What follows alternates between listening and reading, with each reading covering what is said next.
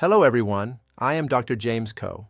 Today, we embark on a journey through history to find the true wisdom that moves the world. As an author and philosopher, I believe history holds the keys to our future. Let us look at two giants who changed everything. Does a lever really exist that can move the entire world? This is not just a scientific question, but one of human existence. We often believe that power comes from force, but it is knowledge and compassion that leave a lasting mark on our humanity.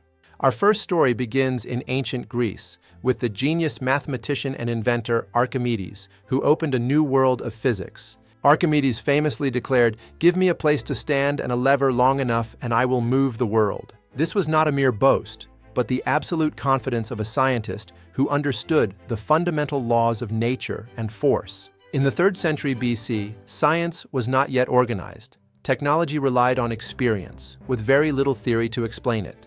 Before Archimedes, there were few theories explaining how machines moved heavy objects. He sought to change that through math. He investigated the relationship between force and distance, seeking to explain the world through the precision of mathematics. A lever seems like a simple tool, but it hides deep physical laws that allow us to multiply our natural strength many times. This discovery completely changed how humans understood and utilized the forces of nature to solve their most difficult problems. Archimedes' research was never just about abstract theories. He applied his science to defend his beloved home city, Syracuse. Syracuse was a vital port city, but it was constantly exposed to the threat of invasion from the powerful Roman army. When the Roman fleet arrived, they met a defense they never imagined. Archimedes had designed incredible war machines. He installed massive catapults along the city walls, capable of raining heavy stones and destruction upon the enemy fleet below. His most legendary invention was the claw, a device that used long levers to lift Roman ships and dash them against rocks. Roman records describe the terror of soldiers who felt an invisible force was lifting their ships. Science changed the tide of war. Another famous story involves the king's golden crown. The king suspected the goldsmith of mixing silver into the pure gold. Archimedes was tasked with proving the theft without damaging the royal crown. It was an incredibly difficult puzzle to solve. The answer came to him during his bath. He noticed how the water level rose as he stepped into the marble tub. He realized that the volume of water displaced was equal to his own. He ran through the streets shouting, "Eureka!" in joy. This discovery became the principle of buoyancy. By measuring the density, he proved the crown was not pure gold. Even in his final moments, Archimedes was focused on science. As Romans entered the city, he was busy drawing in the sand. A Roman soldier approached him with a sword, but Archimedes was too absorbed in his calculations to notice the danger. He looked up and said to the soldier, "Do not disturb my circles." He valued his intellectual work more than his own life. The soldier did not understand his words, and Archimedes fell. He died with his mind still exploring the secrets of nature.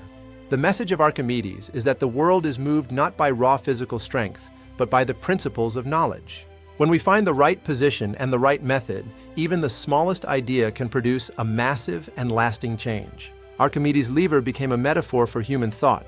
If we think and act from the right spot, we can change our world. From the mind of Greece, we travel to the heart of ancient India, to the story of a king who sought a different leverage. In the 3rd century BC, the Indian subcontinent saw the rise of a massive empire under a powerful emperor named Ashoka. Ashoka was initially known for his ruthless ambition. He believed a king's greatness was measured solely by his territory. He believed power came from the sword, and he plunged his empire into constant wars of expansion and bloody conquest. The Kalinga War was the most brutal of his campaigns. It was a victory of overwhelming force, but it had a terrible cost. Over 100,000 people perished, and 150,000 were taken prisoner. The land was left in a state of utter sorrow and despair. As Ashoka walked through the devastation, the cheers of his victory turned to ash. He saw the true price of his ambition. He wrote that while conquest is quick, the suffering it leaves behind is eternal. In that moment, he changed forever. Ashoka renounced all violence. He turned to Dharma, a philosophy of morality, compassion, and human responsibility. He became the first ruler in history to declare moral governance as his national policy, spreading it across the empire. Across India, he erected stone pillars and rock edicts. These were not commands of a king, but principles for living well.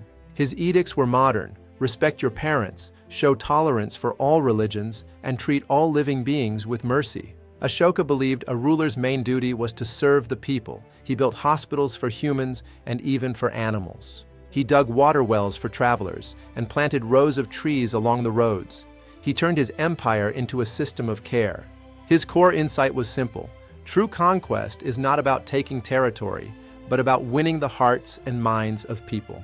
He declared that the conquest of Dharma was far superior to any military victory. It was an influence built on kindness. Today, the blue Ashoka chakra on India's flag remains a symbol of law, justice, and a moral order for all humanity. A king once obsessed with blood became a global beacon of peace. He showed that power can be used to heal the world. What do Archimedes and Ashoka teach us today? Both discovered that true power does not come from physical strength. Archimedes gave us the lever of the mind to understand nature. Ashoka gave us the lever of the heart to change it. Instead of using brute force, we should look for the principles that lead to a better and more compassionate way forward. We learn that even a small idea, when applied at the right fulcrum of wisdom, can create a massive change for humanity. In our modern world, these ancient lessons are more vital than ever. Where is the lever that moves your world today? True power is found in the right place, where we choose to act with wisdom and treat every person with human dignity. True greatness is not measured by the size of our victory, but by the depth of our transformation and our legacy. I explore these themes in my books, where I bridge science, art, and philosophy to help us find better ways to lead. As Ashoka realized, the person who truly conquers the world is the one who has first mastered their own heart. The most powerful tool for changing the world is not a weapon, but our collective knowledge and our ethical choices. I hope the wisdom of Archimedes and Ashoka has inspired you to find your own lever and lead with compassion. Thank you for joining me on this journey. I am James Ko. It has been a pleasure sharing these stories with you. Please feel free to reach out to me via email for collaborations, academic discussions, or philosophical insights. If this message resonated with you, please like and subscribe to our channel for more explorations into wisdom. I look forward to our next journey together. Stay inspired, stay curious, and always keep seeking the truth. Always remember, the right leverage can change everything. Thank you for your time, and stay inspired.